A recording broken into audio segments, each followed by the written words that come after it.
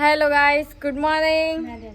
લેવા દો કેમ કે હવે ભાભી મને એમ કે કાલ તમે વિડીયો નહોતો ચાલુ કર્યો ને ભાભી 10 મિનિટ સુધીનું કામ બોલે જ ગયા અને હવે એમને ખબર પડી કે મેં વિડીયો ચાલુ કર્યો તો એ બોલવાનું મનાઈ કરે.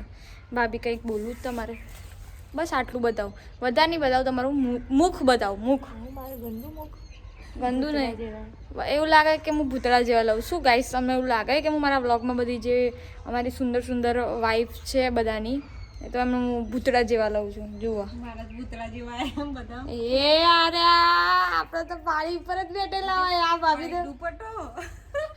તો આપણે પાળી ઉપર જ બેઠેલા હોય. જુઓ ગમે ત્યારે જોશો ને હા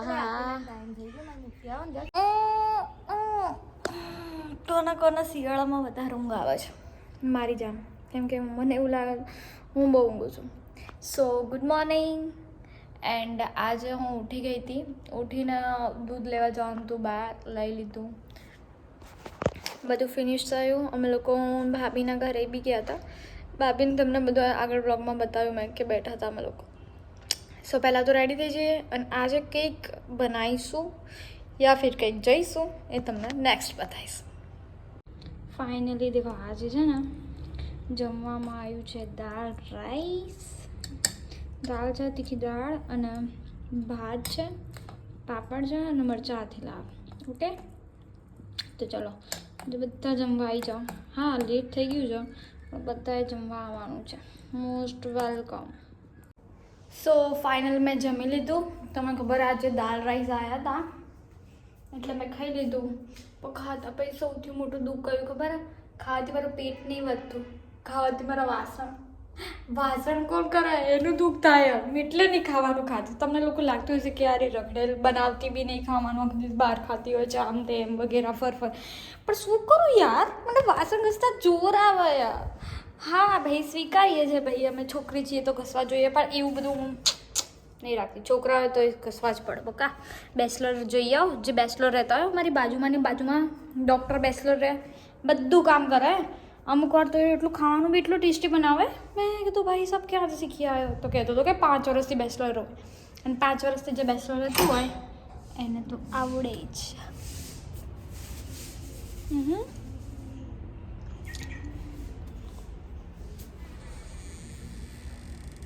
તમને એક જોરદાર વસ્તુ બતાવો. અમારા અહીંયા આ જે એસી છે ને, તમે જોશો આ નીચે એકદમ ગંદુ કરી દે યાર. ઓકે હા એનો ગંદુ જ છે એટલે જ તમને બતાવું. પણ અહીંયા કોઈ કબૂતરનો માળો નહીં, તમે જુઓ. પણ આમ જુઓ, અહીંયા દેખાય આ કબૂતરનો માળો છે, છતાં બી કબૂતર એટલા જબરા, એટલા વ્યવસ્થિત છે ભાઈ સાહેબ. તમે નીચે જુઓ, એ ત્યાં રહે છે તો ત્યાં પોટી નહીં કરતા, ત્યાં નહીં બગાડતા. પણ એકચ્યુઅલી અહીંયા એને બાથરૂમ બનાવ્યું મારું. અહીંયા આવી અને અહીંયા આવીને પછી જો અહીંયા ગંદુ કરાય. એનો મતલબ શું ખબર? ત્યાં નહીં બગાડવાનું, ત્યાં એનું ઘર છે પણ બાજુવાળાનું ઘર બગાડવાનું, કેમ કે આ બાથરૂમ છે અને આ બાથરૂમ બનાવ્યું. જોઈ રહ્યો કબૂતર એની ઉપર બી બેઠેલું છે. તો એ નહીં બનાવ્યું. અને ભાભી તમે જુઓ, ભાભી બી જોયા ક્લિનિંગ ચાલે. ભાઈ સાહેબ શું કરવાનું નહીં. અને પછી નક્કી થઈ ગયું કે આપણે આપણું ઘર ના બગાડવાનું, બાજુવાળાનું ઘર જઈને બગાડવાનું.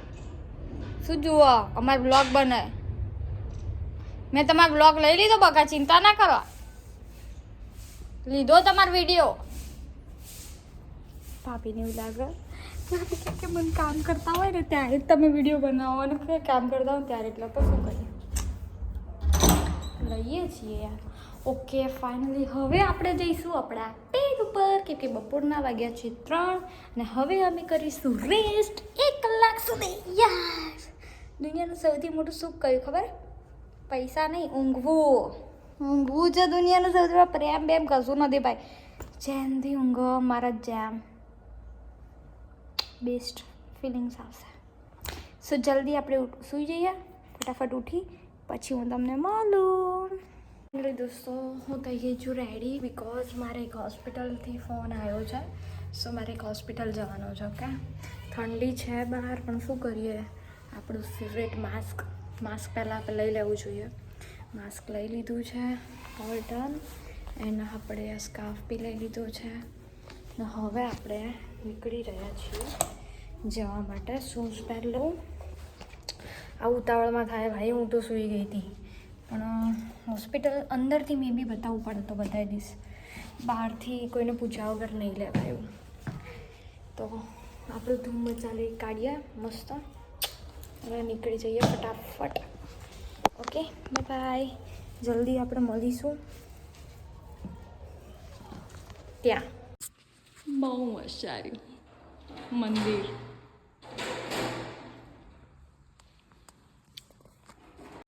હા, આજે અમારા મિત્ર મળી ગયા છે, મહેશ ઠાકોર. કેમ કે આજે હોસ્પિટલમાં એમને કોઈક રિલેટિવ હતું એટલે એમણે મને બોલાવી એટલે હું આવી છું. સર તમારે શું કેવું છે? કંઈક તો કહો.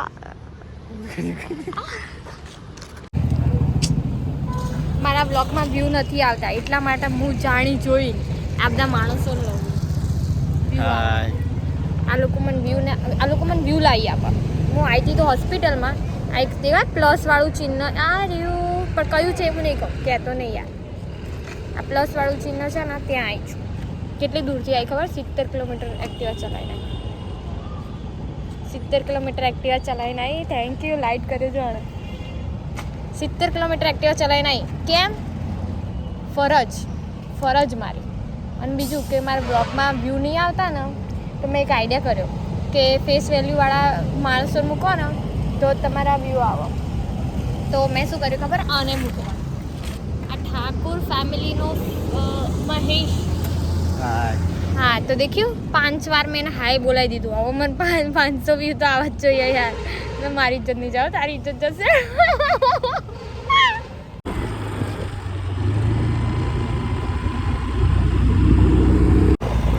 ફાઇનલી હવે અમે નીકળી ગયા છીએ ઘરે. એન્ડ ધેન ઘરે જઈને હવે જોઈએ કે ભાઈ ક્યાં ક્યાં જઈશું. ઓકે,